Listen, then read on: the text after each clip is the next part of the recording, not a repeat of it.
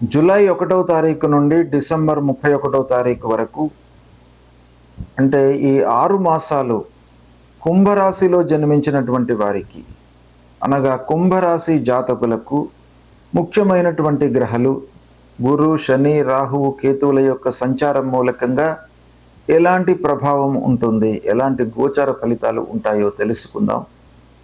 ఈ సంవత్సరము 18 అక్టోబర్ వరకు 5వ స్థానంలో గురువు సంచరిస్తున్నాడు. ఇది చాలా కలిసి వచ్చేటువంటి అంశం. పంచమ స్థానంలో గురు సంచారము, ధనాధిపతి అయినాడు. కాబట్టి చేతిలో మీకు డబ్బు ఉంటుంది, రావాల్సినటువంటి డబ్బు చేతికి అందుతుంది. సమయానికి డబ్బు ఉండడంతో మీరు కొత్త పనులు ప్రారంభించాలి అనేటువంటి మనస్తత్వం మీ లోపల డెవలప్ అవుతుంది. కొత్త పనులు ప్రారంభించడానికి కూడాను అవకాశాలు ఉన్నాయి. ధైర్యంతో, సాహసంతో కొన్ని పనులు చేస్తారు. సత్ఫలితాలను పొందేటువంటి అవకాశం బాగా ఉంది. ఇంటి వాతావరణము, పంచమ స్థానంలో కుటుంబాధిపతి సంచరిస్తున్నాడు కాబట్టి ఇంటి వాతావరణం మీకు చాలా అనుకూలంగా ఉంటుంది. పిల్లల విషయంలో మంచి ఫలితాలు తీసుకుంటారు. మంచి నిర్ణయాలతో అద్భుతమైనటువంటి ఫలితాలు వాళ్ళు పొందబోతున్నారు. కాబట్టి పిల్లల విషయంలో ఉద్యోగము, చదువు, వివాహాది శుభకార్యాలు, వాళ్ళ సెటిల్మెంటు, ఇలాంటివన్నీ కూడాను ఈ సమయంలో మీకు అనుకూలంగా ఉంటాయి. కాలయాపన లేకుండా విద్యార్థులు చదువుపై మనస్సు బాగా నిలుపుతారు. తద్వారా ఉత్తమమైనటువంటి ఫలితాలను పొందుతారు. మంచి సంస్థ లోపల మీరు అడ్మిషన్ పొందేటువంటి అవకాశం బాగా ఉంది. ఇక ఆదాయ పరిస్థితి మెరుగుపడుతుంది. ఆదాయము వృద్ధిలోకి వస్తుంది. పూర్వం ఉన్నటువంటి స్థితి కంటే చాలా మెరుగైనటువంటి స్థితిని పొందుతారు. స్నేహితులు, బంధువులతో మంచి మాట ఉంటుంది. వ్యాపారస్తులు మాట పలుకుబడితో చాలా పనులు చేస్తూ ఉంటారు. లాభాల బాటన ప్రయాణం చేస్తూ ఉంటారు. సుహృద్భావ వాతావరణం నెలకొంటుంది. అన్నదమ్ములు, బంధువర్గం యొక్క సహాయ సహకారాలు మీకు బాగా అందుతాయి. సౌఖ్యంగా ఉంటారు. కుటుంబంలో పెద్దలు, తల్లిదండ్రుల యొక్క సహాయ సహకారాలు మీకు బాగా అందుతాయి. ఈ విధంగా 18 అక్టోబర్ వరకు గురువు యొక్క సంచారము బాగా అనుకూలంగా ఉంది. అయితే ఈ 18 అక్టోబర్ తర్వాత షష్ఠమ స్థానంలోకి ప్రవేశిస్తున్నాడు. షష్ఠమ స్థానంలోకి గురువు రావడము కొంత ఇబ్బందికరంగా ఉంటుంది. సమాజంలో మనపైన శత్రుత్వం పెరుగుతుంది. మనమంటే గిట్టని వాళ్ళ యొక్క సంఖ్య పెరుగుతుంది. మనకు అనర్థాన్ని చేసేటువంటి వాళ్ళ యొక్క సంఖ్యనే బాగా ఉంటుంది. కాబట్టి కొంత జాగ్రత్తలు తీసుకోవడం మంచిది. ఆత్మీయులు, స్నేహితులు, బంధువులతో అనవసరమైనటువంటి వైషమ్యాలు ముందుకు వస్తాయి. దాన్ని కొంత కట్టడి చేసుకోవడం చాలా అవసరము. ప్రతి విషయంలోనూ అసంతృప్తి, అసహనము లేకపోవడము, అనారోగ్య సమస్యలు, వృధా ప్రయాణాలు, ఇలాంటివి వాటి మూలకంగా ఖర్చులు ఎక్కువ పెరిగే అవకాశాలు ఉంటాయి. కార్యభారం పెరుగుతుంది ఉద్యోగస్తులకు ఆఫీసులో. తద్వారా ఆరోగ్యాన్ని నిర్లక్ష్యం చేస్తారు. తనతో పాటు పనిచేస్తున్నటువంటి వారితో ఇబ్బందులు, హైఅప్స్తో సమస్యలు, ఇలాంటివన్నీ కూడాను కలిగేటువంటి అవకాశాలు బాగా ఉన్నాయి. ప్రతి పనిలోనూ మీరు ఎంత ప్లానింగ్ చేసి ప్రారంభించినప్పటికీ ఏదో రకమైనటువంటి ఆలస్యము కలిగే అవకాశాలు ఈ సమయంలో ఉంటాయి. కాబట్టి ద్విగుణీకృతమైనటువంటి ఎఫర్ట్స్ మట్టుకు ఈ సమయంలో మీరు పెట్టాలి. ఇక తర్వాత గురువు 6వ స్థానంలో డిసెంబర్ వరకు ఉన్నాడు. తదనంతరము మళ్ళీ వక్రించి 5వ స్థానంలోకి వస్తున్నాడు. కాబట్టి డిసెంబర్ ఎండింగ్లో కొంత గురువు యొక్క ప్రభావం మీకు అనుకూలంగా ఉండే అవకాశాలు ఉన్నాయి. ఇక శనీశ్వరుడు 2వ స్థానంలో సంచరిస్తున్నాడు. ఏలినాటి శని. ఈ 6 మాసాలు కూడాను శని యొక్క ప్రభావం బాగా ఉంటుంది.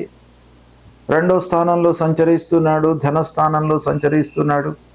కనుక ఖర్చులను మీరు నియంత్రించుకోవాలి. ఈ సమయం లోపల అనవసరమైనటువంటి ఖర్చులకు దూరంగా ఉండండి. ఆదాయాన్ని బేరీజు వేసుకొని ఖర్చులు చేయడం చాలా అవసరం ఈ సమయంలో. ఏలినాటి శని ప్రభావంతో మనకు కొన్ని విషయాలలో ఇబ్బందులు కలిగే అవకాశాలు ఉంటాయి. అయితే ఒక పక్కన గురువు మంచి స్థానంలో సంచరిస్తున్నప్పుడు ఈ శని ప్రభావాన్ని కొంత రెక్టిఫై చేసే అవకాశాలు ఉంటాయి. గురువు పూర్ణ శుభుడు కాబట్టి ఆ గురుగ్రహము మంచి చేయడానికే ఎక్కువ అవకాశాలు ఉంటాయి. కాబట్టి అలాంటి గురుగ్రహము మంచి స్థానంలో సంచరిస్తున్నప్పుడు మనకు మంచి ఫలితాలను చేస్తూ ఈ చెడు గ్రహము ఇచ్చేటువంటి ఫలితాలను కొంత రెక్టిఫై కూడాను చేస్తాడు. అయితే పనులు వాయిదా పడడము, ఈ శని మూలకంగా అకారణంగా వైరాలు ఏర్పడము, దగ్గరి వారితో కానివ్వండి, ఉద్యోగంలో ఆఫీసులో కానివ్వండి, కారణం ఏమీ కనబడదు, కానీ వైరం మట్టుకు డెవలప్ అవుతుంది. దీన్ని మీరు తగ్గించుకోవడం చాలా అవసరము. ఆత్మీయులతో విరోధాలు తలెత్తుతాయి.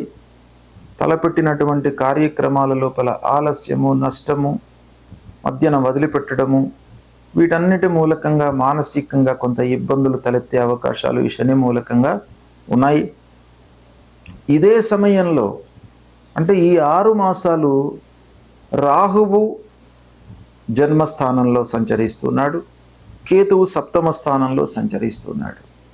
అంటే రాహు కేతువుల యొక్క ప్రభావం కూడాను నెగిటివ్గా ఉంది, శని యొక్క ప్రభావం కూడాను నెగిటివ్గా ఉంది.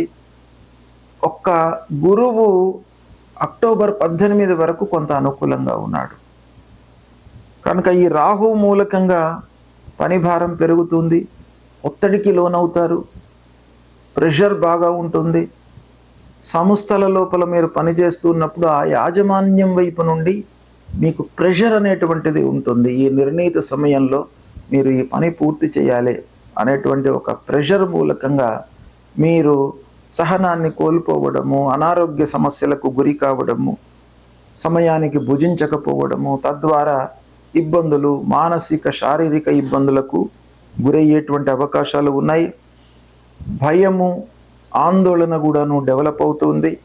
ప్రయాణాల మూలకంగా ఖర్చులు, భార్యా పిల్లలతో అనవసరమైనటువంటి వాగ్వివాదాలు, మానసిక అసంతృప్తి, ఇలాంటివి రాహు కేతువుల మూలకంగా కలుగుతాయి. శనేశ్వరుడి మూలకంగా కూడాను ఇబ్బందులు ఉన్నాయి. షష్టమ స్థానంలో గురువు సంచరించడం మూలకంగా ఇబ్బందులు ఉన్నాయి. కేవలము 18 అక్టోబర్ వరకు గురువు సంచారం కొంత అనుకూలంగా ఉంది. కాబట్టి ఆ సమయంలో కొన్ని పనులు మీకు అనుకూలించే అవకాశాలు కనబడుతున్నాయి. మిగతా సమయం లోపల ప్రధానమైనటువంటి గ్రహాల యొక్క సంచారం ప్రతికూలంగా ఉంది కాబట్టి కొన్ని జాగ్రత్తలు తీసుకోవాలి. అయితే ఈ కుంభరాశి వారికి దశమ ఏకాదశ స్థానాలలో సూర్య భగవానుడు సంచరిస్తున్నప్పుడు ఈ రాహువు కేతువు శనేశ్వరుడికి సంబంధించినటువంటి దుష్ప్రభావం తగ్గే అవకాశాలు ఉంటాయి. అది ఎప్పుడు అనంటే 16 నవంబర్ నుండి 14 డిసెంబర్, తర్వాత డిసెంబర్ ఎండింగ్ వరకు కూడాను సూర్య భగవానుడి యొక్క అనుకూలత ఉంది. కాబట్టి ఈ సమయంలో శని ప్రభావము, రాహుకేతువుల యొక్క ప్రభావము, దాని తర్వాత గురు ప్రభావము కొంతవరకు తగ్గే అవకాశాలు ఉన్నాయి. కానీ ఓవరాల్గా మనం చూసినట్టయితే కుంభరాశి వారికి అక్టోబర్ 18 నుండి డిసెంబర్ ఎండింగ్ వరకు కూడాను అన్ని గ్రహాలు ప్రతికూలంగా ఉన్నాయి కనుక కొంత జాగ్రత్తగా నిర్ణయాలు తీసుకోవాలి. ఆ సమయాన్ని మీరు సద్వినియోగపరుచుకొని ఏ సమయంలోనైతే మనకు గ్రహస్థితి బాగాలేదో దాన్ని మీరు నోట్ చేసుకొని తొందరపడకుండా సహనంతో మీరు పనులు చేసినట్టయితే సత్ఫలితాలను పొందే అవకాశాలు ఉంటాయి. దాన్ని ఉపయోగించుకోండి. గ్రహస్థితి ప్రతికూలంగా ఉన్నప్పుడు అంటే అనానుకూల స్థానాలలో ముఖ్యమైనటువంటి గ్రహాలు సంచరిస్తున్నప్పుడు మనము ఆ గ్రహాలను ప్రీతి చేసుకోవడానికై కొన్ని మార్గాలను అన్వేషించాలి. అందులో మొదటి కర్తవ్యము మన వైపు నుండి పాజిటివ్గా రియాక్ట్ కావడము. అంటే గ్రహస్థితి బాగా లేనప్పుడు మనం ఎఫర్ట్స్ ఎక్కువ పెట్టాలి, ఎక్కువ కష్టపడాలి, ప్రతి విషయాన్ని కూడాను ఆలోచించి నిర్ణయాలు తీసుకోవాలి. ఇది మనం చేయవలసినటువంటి పని, కర్తవ్యం. రెండవది పరిహారం. భగవంతుడి యొక్క అనుగ్రహం కొరకై ఈ గ్రహాలను ప్రీతి చేసుకోవడానికై ఆ గ్రహాలకు నిర్దేశించినటువంటి పరిహారాలు మనము చేసుకోవాలి. అందులో భాగంగా ముఖ్యమైనటువంటి గ్రహాలు గురు, శని, రాహువు, కేతువు, సూర్యుడు, అంగారకుడు. ఈ గ్రహాలు మనకు ప్రతికూలంగా ఉన్నప్పుడు ఏం చేయాలి? గురువు ప్రతికూలంగా ఉన్నప్పుడు గురువు నిమిత్తమై మూలమంత్రాన్ని ప్రతినిత్యం కూడాను జపించుకోవాలి. దేవానాంచ ఋషీణాంచ గురుం కాంచన సన్నిభం వందనీయం త్రిలోకానాం తం నమామి బృహస్పతిం అనేటువంటి మూలమంత్రాన్ని ప్రతినిత్యం కూడాను జపిస్తూ దక్షిణామూర్తి స్తోత్ర పారాయణం చేస్తూ దత్తాత్రేయ స్వామిని కొలవడము, సద్గురువులను సందర్శించుకోవడము, ఇవి చేసినట్టయితే గురు భగవానుడి యొక్క ప్రీతి కలుగుతుంది. మీకు ఆ గురు భగవానుడు ప్రీతి చెంది మీకు ప్రతికూలమైనటువంటి ఫలితాలను తగ్గించి అనుకూలాన్ని మీకు కలిగించే అవకాశాలు ఉంటాయి. ముఖ్యంగా మాతాపితృవులను కూడాను మనం సేవించాలి. ప్రథమ గురువులు తల్లిదండ్రులు కాబట్టి వాళ్లను సేవించినట్టయితే మీరు ఆ గురువు యొక్క అనుగ్రహాన్ని పొందుతారు. ఇక శని ప్రతికూలంగా ఉన్నప్పుడు శనికి సంబంధించినటువంటి మూలమంత్రాన్ని చదువుకోండి, ప్రతినిత్యం కూడాను జపించండి. నీలాంజన సమాభాసం రవిపుత్రం యమాగ్రజం ఛాయా మార్తాండ సంభూతం తం నమామి శనైశ్చరం అనేటువంటి ఈ మూలమంత్రాన్ని ప్రతినిత్యం కూడాను చదువుకోండి. ఆంజనేయ స్వామి దేవాలయానికి వెళ్ళండి, ఆంజనేయ స్వామిని కొలవండి. మీ లోపల భయము, భ్రాంతి, ఆందోళన ఇవి లేకుండా మిమ్మల్ని కాపాడుతాడు. హనుమాన్ చాలీసా పారాయణం చేసుకోండి, శివాభిషేకం చెయ్యండి. మాస శివరాత్రి రోజున శంకరుడి దేవాలయానికి వెళ్ళి ఆ శంకరుణ్ణి పూజించండి. ప్రదోష సమయంలో శంకరుణ్ణి పూజించండి. ప్రతి మాసం లోపల కూడాను మాస శివరాత్రి వస్తుంది, అమావాస్య ముందు. ఆ మాస శివరాత్రి రోజున శంకరుణ్ణి మీరు పూజించినట్టయితే మీకు అపమృత్యు దోషాలు తొలగుతాయి. కాబట్టి ఆ శంకరుణ్ణి పూజించండి, ఆంజనేయ స్వామిని కొలవండి. ఇవి రెండు చేసినట్టయితే శని ప్రభావం తగ్గుతుంది. ఇక రాహువు ప్రతికూలంగా ఉన్నప్పుడు రాహు ప్రీత్యర్థమై మూలమంత్రాన్ని జపించండి.